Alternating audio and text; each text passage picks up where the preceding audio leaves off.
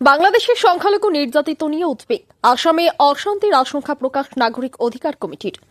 বাংলাদেশের সংখ্যালঘুদের উপর ধারাবাহিক নির্যাতন, যুবককে জীবন্ত পোড়ানো, সংবাদপত্র দপ্তরে অগ্নি সংযোগ ও সাংবাদিক, রাজনৈতিক নেতা শিশু হত্যার ঘটনায় গভীর উদ্বেগ প্রকাশ করল নাগরিক অধিকার রক্ষা কমিটি আসাম।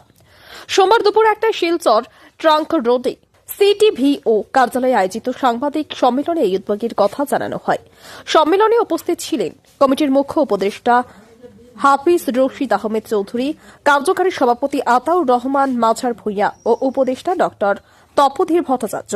হাফিজ চৌধুরী বলেন, বাংলাদেশের সরকারের নিষ্ক্রিয়তায় সেখানে জঙ্গল রাজ কায়েম হয়েছে, যার প্রভাব আসামেও পড়তে পারে। আন্তর্জাতিক মহলে দৃষ্টি আকর্ষণের কথাও তিনি উল্লেখ করেন। ডক্টর তপোধীর ভট্টাচার্য বলেন, সংখ্যালঘুদের উপর হামলা আসলে সংস্কৃতির উপর আঘাত, তাই সকলকে ঐক্যবদ্ধ হতে হবে।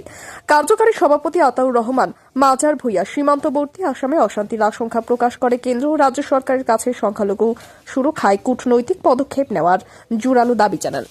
যেভাবে যেখানে হ্যারাসমেন্ট হবে আসামে মাইনরিটিস হিসাবে আমরা যেখানে মাইনরিটিরা বিপন্ন হবে, অত্যাচারিত হবে, আমরা আওয়াজ উঠানো, আমরা এটাকে চেষ্টা করি। ওইটাই ছিল আমাদের মুখ্যমন্ত্রী নেতৃবৃন্দের উদ্দেশ্য এবং এইটাকে আমরা বর্তমানে আমাদের তপোধীর ভট্টাচার্য সাহেব উনি নেতৃত্ব দিয়ে যাচ্ছেন, সেই মন্ত্রণা নিয়ে আমরা চলছি। যেখানেই বাঙালি, যেখানেই মাইনরিটি বিপন্ন হবে, যে কোনো ধর্মাবলম্বী মানুষ হবে, মাইনরিটি বিপন্ন যেখানেই হবে, সংবিধান মতো আইন মতো রুল অফ লকে এস্টাবলিশ করার জন্য তাদের সুরক্ষা দেওয়া।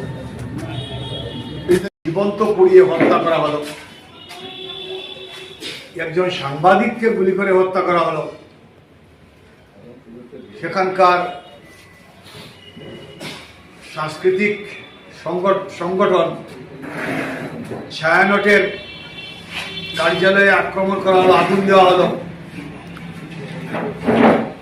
যে সংবাদপত্রের স্বাধীনতায় আমরা বিশ্বাস করি, আমরা বিশ্বের মানুষ বিশ্বাস করি, সেই প্রথম আলো ও ডেইলি স্টার সংবাদপত্রে আগুন দেওয়া হলো, সাংবাদিকদের পুড়িয়ে মারার চেষ্টা করা হলো। সামরিক বাহিনী হস্তক্ষেপ করে বাহির থেকে রাডার দিয়ে তাদেরকে নামিয়ে এনে প্রাণ বাঁচানো হয়েছিল। তারপর জনৈক রাজনৈতিক নেতার বাড়িতে আগুন দেওয়া হলো, তার এক নাবালিকা কন্যা,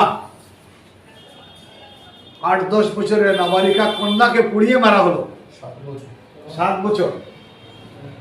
প্রগতিশীল মানুষ যারা, তাদের বাড়িতে গিয়ে আক্রমণ করা হলো।